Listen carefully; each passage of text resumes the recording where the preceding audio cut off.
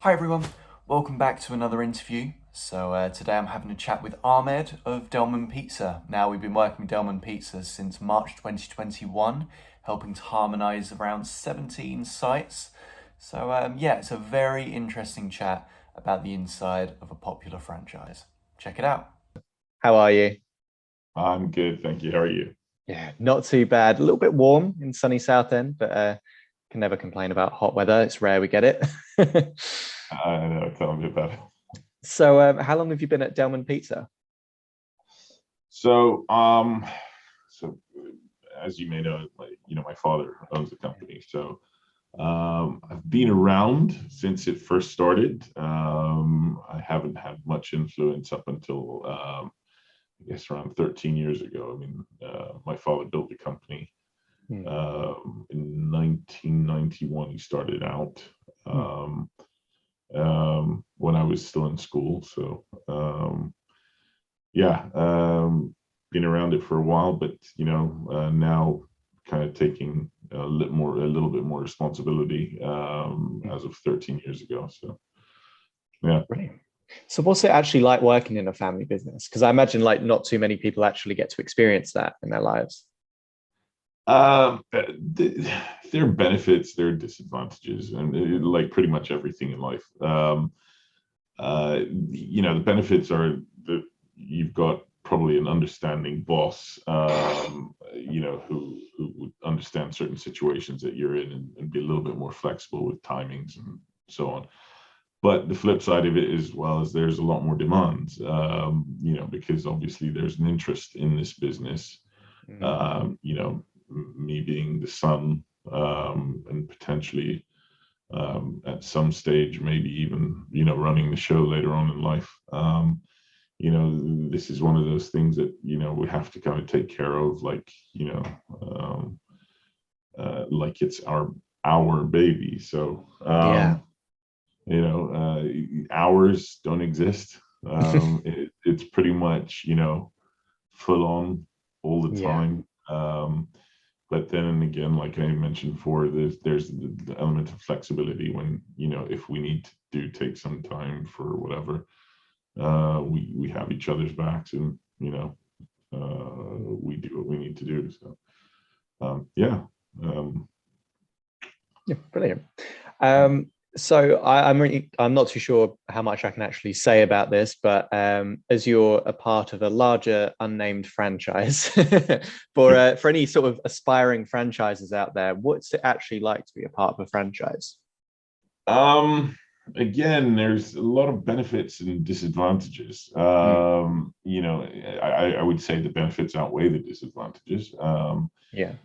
Benefits being you work with a recognized brand. You don't have to work as hard to build sales. I mean, Mm. it's not easy by any stretch of the imagination, but you I mean, if I decided to open Ahmed's, food delivery thing, it would be significantly harder to get the orders in on day one than me Yeah. opening up a brand with which I work. I mean, I don't know. Do you want me to mention the brand or? Well, I mean, it's completely up to you. I'm not too sure how the what the rules are like as far as that goes.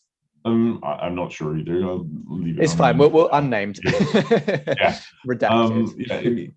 Yeah. So I mean, day one. If I open my doors, I get orders. Mm.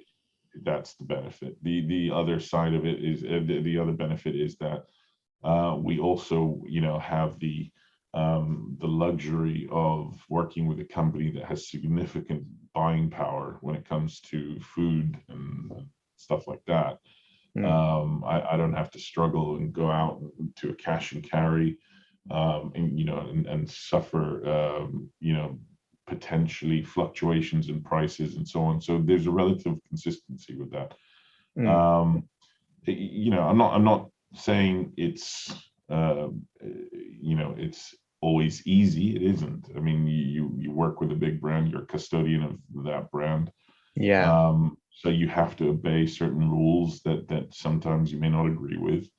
Mhm. But in the end, there are advantages to, to being a part of it, and yeah. Yeah.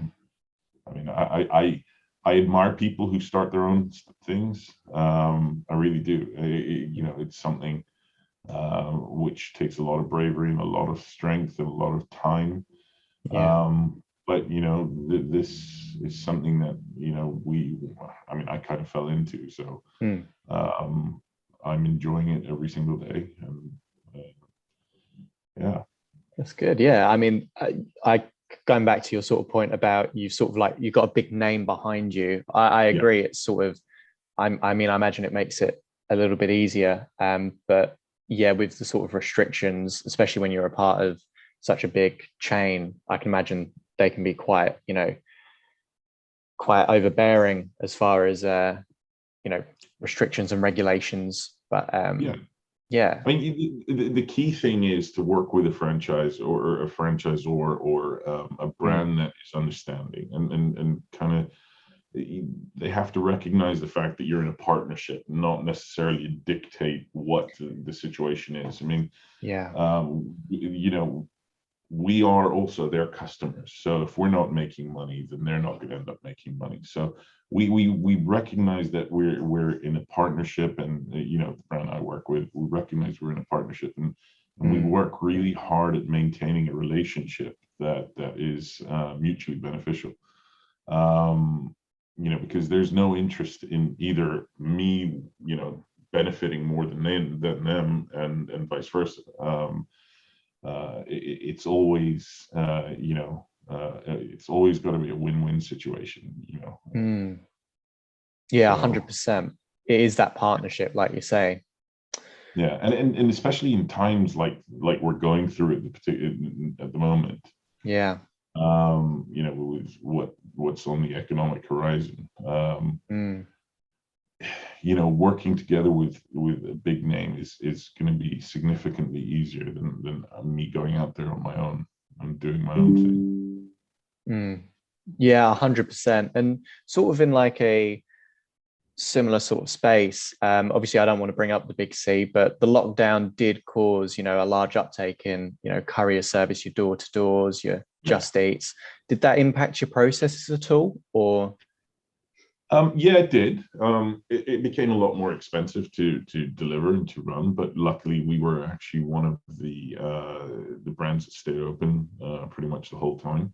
We were fortunate to be designated as I can't remember the name. Sorry, COVID screwed my brain. But yeah, we were designated as, I think, essential workers, and we try to be as conscientious of our customers, as well as trying to make a safe space for our staff to work. I mean, it was we had to have less people in. We had to put dividers up and plastic plexiglass everywhere. It was challenging, and it was.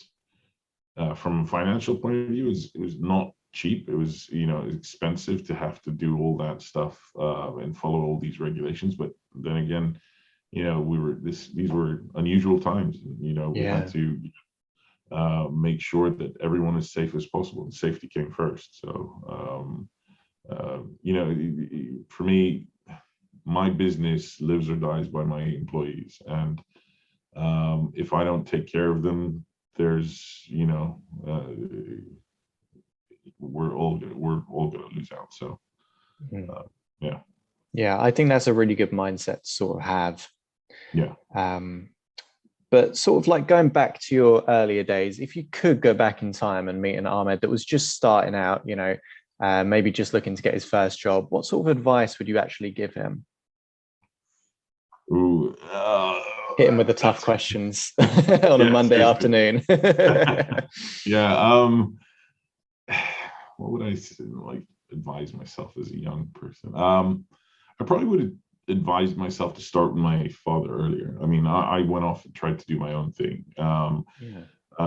It was, and things worked well, but at the end of the day, there's a certain sense of responsibility I felt towards my family anyway.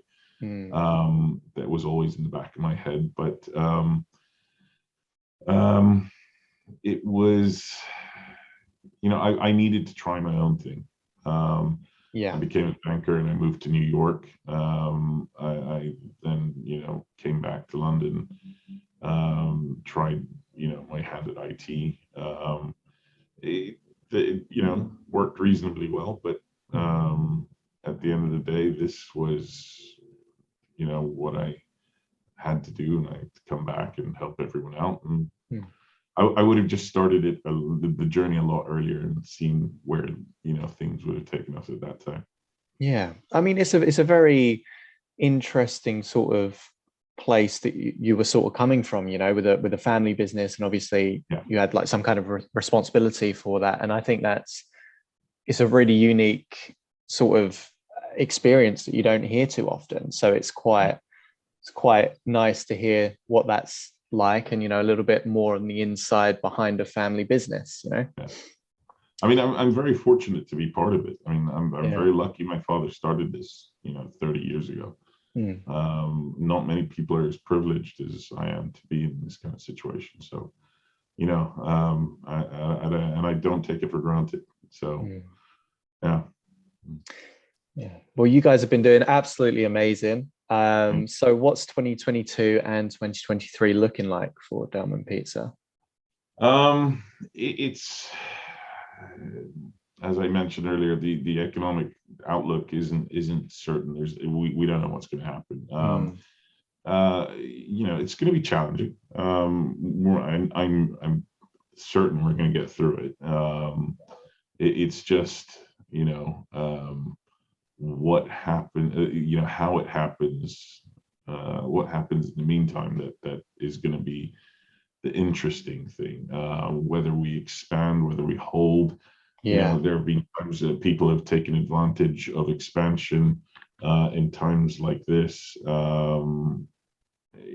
Is it something we do or not? I don't know. I mean, it's going to be an interesting couple of years. I mean, food cost inflation is going through the roof. I mean, we just had some relatively disappointing news about costs going up. The people we work with, they've tried to mitigate things as much as possible, but this is inevitable with the war in Russia and how COVID having passed recently, and then Brexit, and I mean these are unusual times. I'm curious myself as to what's going to happen. But I'm certain we're going to get through it. So everyone. So I mean, this is normally the section of the interview where I'd say go check out the interviewee. However, I can't exactly name the franchise, so everyone just go out and support your local franchises, especially in times like this. But thank you so much for joining me for this chat. Very much.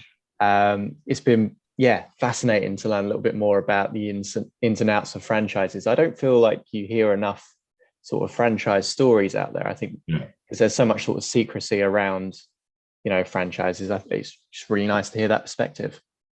Yeah, my pleasure. I mean, anytime. Brilliant. So thank you all for watching, and I shall see you later.